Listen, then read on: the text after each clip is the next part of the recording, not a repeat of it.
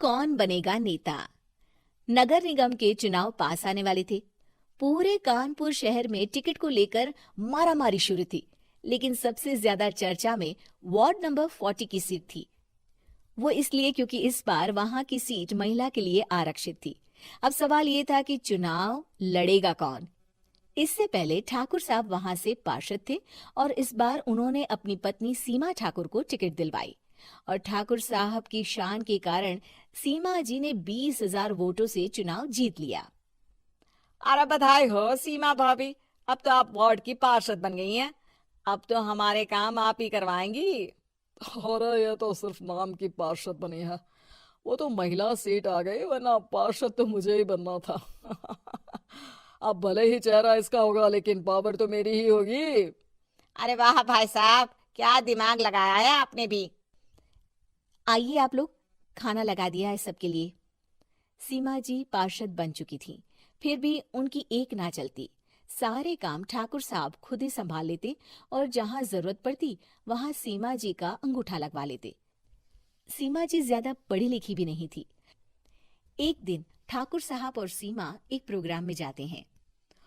अरे ठाकुर साहब, आप आ गए। ओहो, पार्षद मैडम भी आ गई हैं। स्वागत है आप दोनों का। लगता है हमारे पार्षद फंड का सही इस्तेमाल हो रहा है। चलिए अब उद्घाटन करते हैं।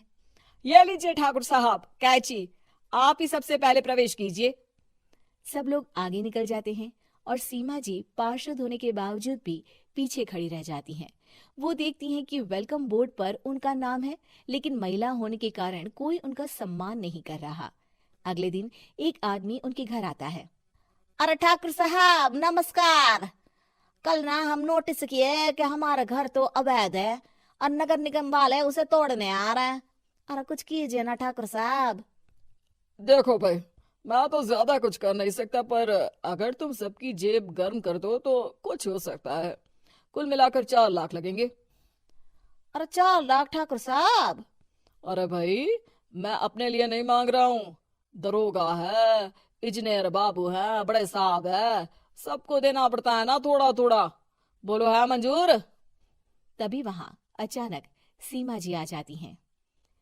अरे ये आप क्या कर रहे हैं? पहले इन्हीं लोगों से तो आपने वोट मांगे, अब इनसे ही पैसे ले रहे हो। अरे चुप रहो तुम, तुम्हारा काम है सिर्फ अंगूठा लगाना, तुम वही किया करो। मुझे दूसरे काम तुम मत सिखाओ, समझी? और तुम ना जाओ, अब पैसे लेकर आओ, वरना जेसीबी किसी भी वक्त आती होगी। सब कुछ ऐसे ही चलते रहता है। एक दिन सीमा जी और ठाकुर साहब को एक लोकल मीटिंग में बुलाया जाता है।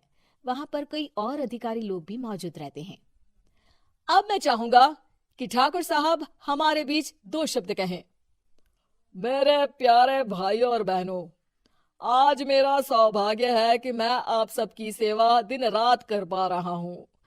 आपने मेरी पत्नी को भारी मतों से जिताया है, इसलिए मैं आप सभी का शुक्रगुजार हूँ।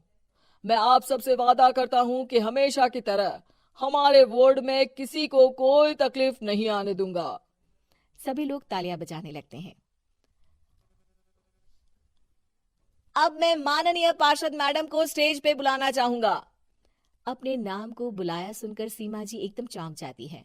उन्हें बिल्कुल उम्मीद नहीं थी कि इतनी बड़ी जगह उन्हें मंच पर बुलाया जाएगा। जैसे तैसे वो मंच पर चढ़ती हैं। ऊपर जाती ही सीमा जी को सारी पुरानी बातें याद आ जाती हैं कि किस तरह उनके पति उन्हें कभी भी आगे बढ़ने नहीं देते और उनके नाम से गलत काम करते हैं। वो बोलने लगती हैं। मैं आपके वार्ड की पार्षद सीमा हूँ। आप में से बहुत कम लोग ही मुझे जानते होंगे, क्योंकि इससे पहले मुझे कभी ऐसा मौका ही नहीं मिला। सारे मौके मेरे पार्षद पति यानी आपके ठाकुर साहब ही लेते रहे, लेकिन आज ये मौका मुझे मिला है तो मैं इसे ऐसे ही नहीं जाने दूंगी। मैं आपको ये बताना चाहती हूँ कि आपके ठाकुर साहब मेरे नाम की आड़ में गैर कानूनी काम करते हैं, जिस पर अंगूठों के निशान मेरे होते थे। इसीलिए मैं अपनी गलती मानती हूँ और आज अपने पद से इस्तीफा देती हूँ, ताकि आगे से कोई गलत काम ना हो पाए। अब फैसला आप सबके हाथ में है कि आप हमें क्या सजा देना चाहते हैं।